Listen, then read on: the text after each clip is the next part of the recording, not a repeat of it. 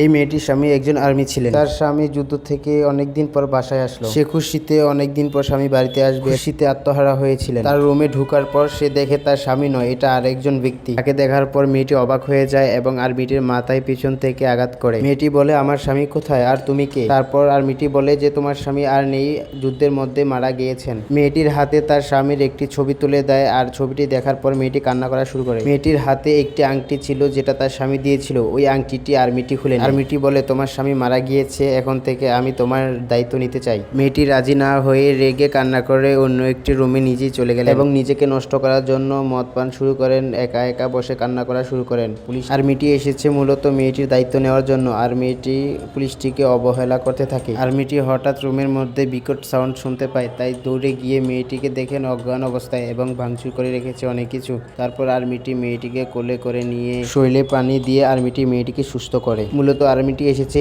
এই মেয়েটির দায়িত্ব নেওয়ার জন্য, কিন্তু মেয়েটি বুঝতে চাইছে না।